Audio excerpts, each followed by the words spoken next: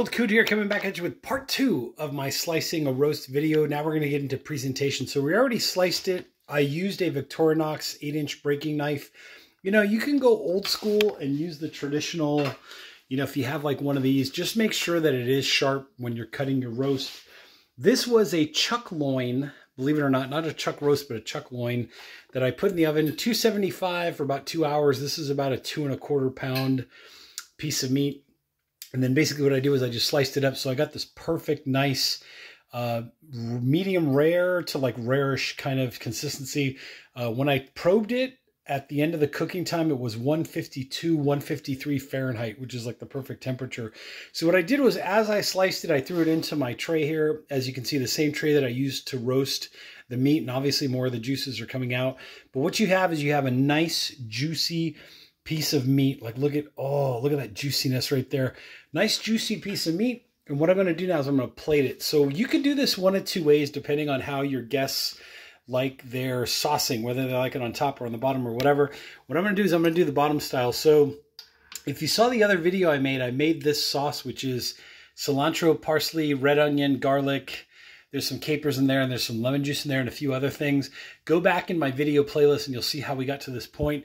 What I did was, because this is a fancy schmancy dinner, I left it in the food processor just a little bit longer to make the sauce a little more smoother. But if you want to go like rustic on a normal weeknight when I'm having this roast, like let's say it's the middle of March or June or whatever, and I'm having this roast, what I'll do is I'll leave it a little more chunkier, let's say a little more rustic, because I like the bite of biting into a piece of onion, biting into a piece of caper, you know, that explosion in the mouth of just getting those little bites. But anyways, for this presentation, I did grind it down a little bit finer.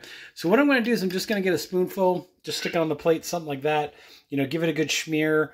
There's no real rhyme or reason to this, but basically what you want to do is you just want to lay this out. Maybe we'll go for the fan style. I'm going to go ahead and put this back. Lick the spoon. It's very delicious. Okay, so to plate up the meat, what I want to do is I want to try to highlight some of this crust on the outside right here. And look at all that beautiful juiciness, right, that you can see in the steak. So I want to do something like this maybe, you know, and maybe something like this, right? You could do as many slices as you want. These are about 1/4 inch slices. You know, this would be like your typical restaurant serving, very small and tiny. But hey, this is home, and when you're home, you're with family, right? So there you go. Look at that juiciness once again. Beautiful, beautiful, medium rare to rarish kind of a serving. So there you go. There's basically it in a nutshell. If you wanted to put a little more sauce on, you know, what you could do is make sure you get a clean spoon before you re-dip back into your sauce. Actually, that's what I should do. Hang on a sec. Let me go ahead and grab another spoon. Because, of course, your guests matter. Okay, so I got another spoon, new spoon. So what I want to do is I want to go ahead and dip again into your sauce. And then basically you could either go on the top, right, something like that. You could also use like a squirt bottle. If you have like a squirt bottle, you can put the sauce into there and do that.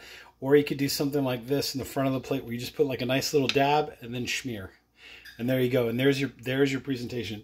So with that being said, there's a presentation. Look at how beautiful that looks on the plate. And then whatever your sides are. You can make mashed potatoes, you could do rice, you could do steamed vegetables, you know, whatever you want to put in here, it's all up to you. Well, anyways, with that being said, hit that like button, hit the subscribe button down there below. I am the Old Coot, and I will catch you on the next exciting video. Also, make sure to check out the description section for links to a lot of the products that I use, such as this 8-inch Victorinox breaking knife, which cuts very, very well. It is very, very sharp, so keep that in mind. And I will catch you all on the next exciting video.